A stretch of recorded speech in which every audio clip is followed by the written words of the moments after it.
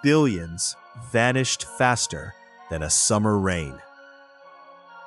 WeWork, once hailed as a revolutionary real estate giant, saw its $47 billion valuation crumble in 2019, a stark reminder of unchecked ambition.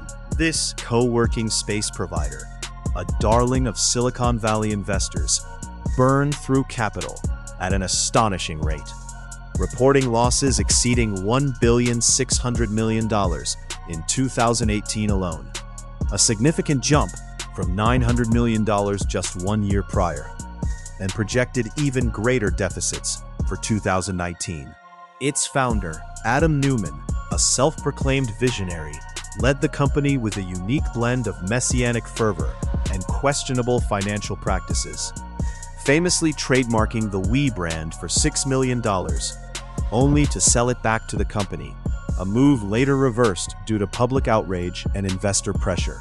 The dream was expansive, aiming for 625 locations across 120 countries by early 2019, a dramatic increase from 350 locations just 2 years before, supporting nearly 600,000 members globally.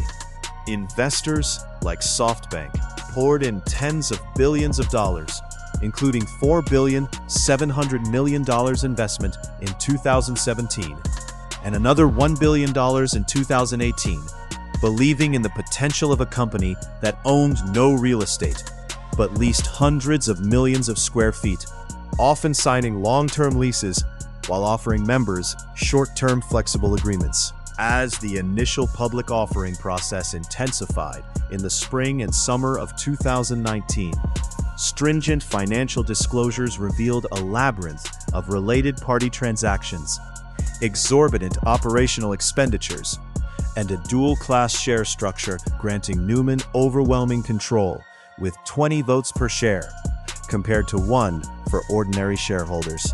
Public market skepticism quickly replaced private market enthusiasm by late August. The proposed valuation for the IPO plummeted from a hopeful $60 billion down to a mere $10 billion, or even less, by the time the roadshow began in early September, prompting significant withdrawal of interest from institutional investors. This dramatic reevaluation triggered an emergency board meeting, culminating in Neumann's ouster from the CEO position on September 24th, with a severance package rumored to be worth more than $1.7 billion, primarily from SoftBank's subsequent bailout plan to rescue the struggling enterprise. Thousands of employees faced uncertainty and widespread layoffs, affecting at least 2,400 workers, followed the failed IPO attempt, illustrating the swift decline of a company once projected to be worth $100 billion by its most optimistic backers. The entire ordeal highlighted critical flaws in corporate governance and the dangers of venture capital's growth at all costs mentality, leading to an 80% reduction in its overall valuation within mere months between May and October 2019.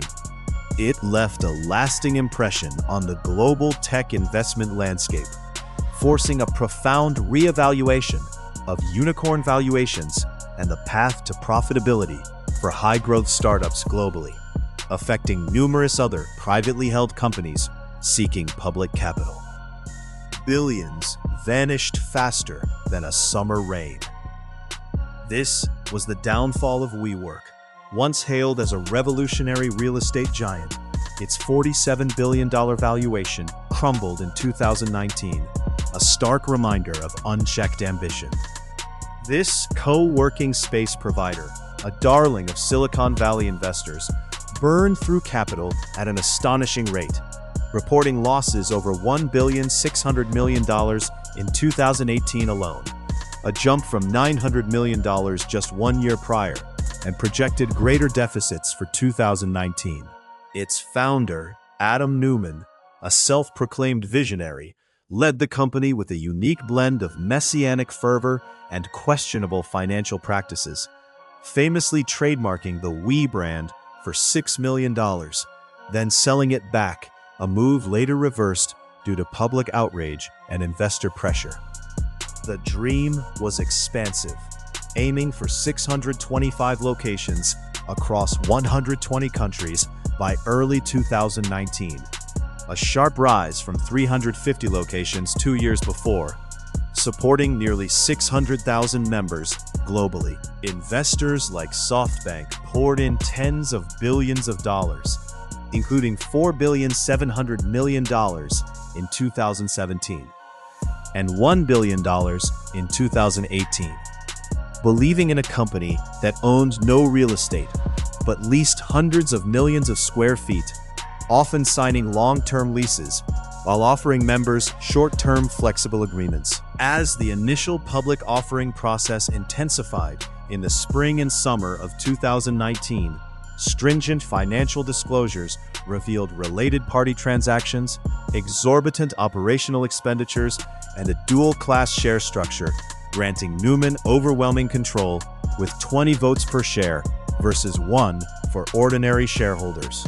Public market skepticism quickly replaced private market enthusiasm by late August. The IPO valuation plummeted from a hopeful $60 billion to $10 billion or less by early September, prompting significant withdrawal of institutional investor interest. This dramatic reevaluation triggered an emergency board meeting, culminating in Neumann's ouster from the CEO position on September 24th, with a severance package rumored over $1.7 billion, primarily from SoftBank's bailout plan. Thousands of employees faced uncertainty. Widespread layoffs affecting at least 2,400 workers followed the failed IPO, illustrating the swift decline of a company once projected to be worth $100 billion by optimistic backers.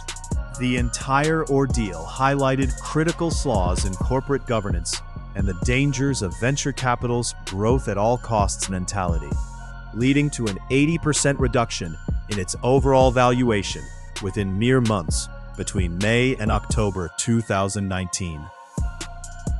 It left a lasting impression on the global tech investment landscape, forcing a reevaluation of unicorn valuations and profitability paths for high-growth startups globally, affecting numerous other privately held companies seeking public capital. A $47 billion dream imploded faster than anyone imagined. WeWork, a Silicon Valley darling, faced its reckoning in 2019 after its valuation crashed 80% between May and October. This co-working space provider, hailed for revolutionary real estate innovation, had burned through capital at an astonishing rate, logging over $1.6 billion in losses in 2018 alone, up from $900 million in 2017. Adam Neumann led with fervent vision and questionable tactics, like trademarking We brand for $6 million, then selling it back, a move reversed after public outcry. The company envisioned 625 locations in 120 countries by early 2019, having already grown from 350 locations just 2 years before, supporting nearly 600,000 global members. SoftBank and other investors poured in tens of billions, including $4.7 billion in 2017 and $1 billion in 2018, trusting a model leasing hundreds of millions of square feet long-term, then offering short, flexible memberships. The initial public offering process in spring and summer 2019 exposed deep financial issues, related party transactions, exorbitant operational costs, and a dual-class share structure giving Neumann overwhelming control, 20 votes per share versus 1 for common stock. Public market skepticism by late August replaced private enthusiasm, and the hopeful $60 billion IPO valuation plummeted to $10 billion or less by early September, forcing massive institutional investor withdrawal. This dramatic reevaluation triggered an emergency board meeting, culminating in Neumann's removal as CEO on September 24th, with a severance package rumored to exceed $1.7 billion, largely from SoftBank rescue efforts. Thousands of employees faced grim futures. At least 2,400 workers were laid off following the failed public offering, illustrating swift decline from $100 billion optimistic projections. The entire saga underscored critical flaws in corporate governance and the dangers of venture capital's growth at all costs strategy, leaving a lasting mark on tech investment and forcing a reevaluation of unicorn valuations and profitability paths for countless high-growth startups globally seeking public capital.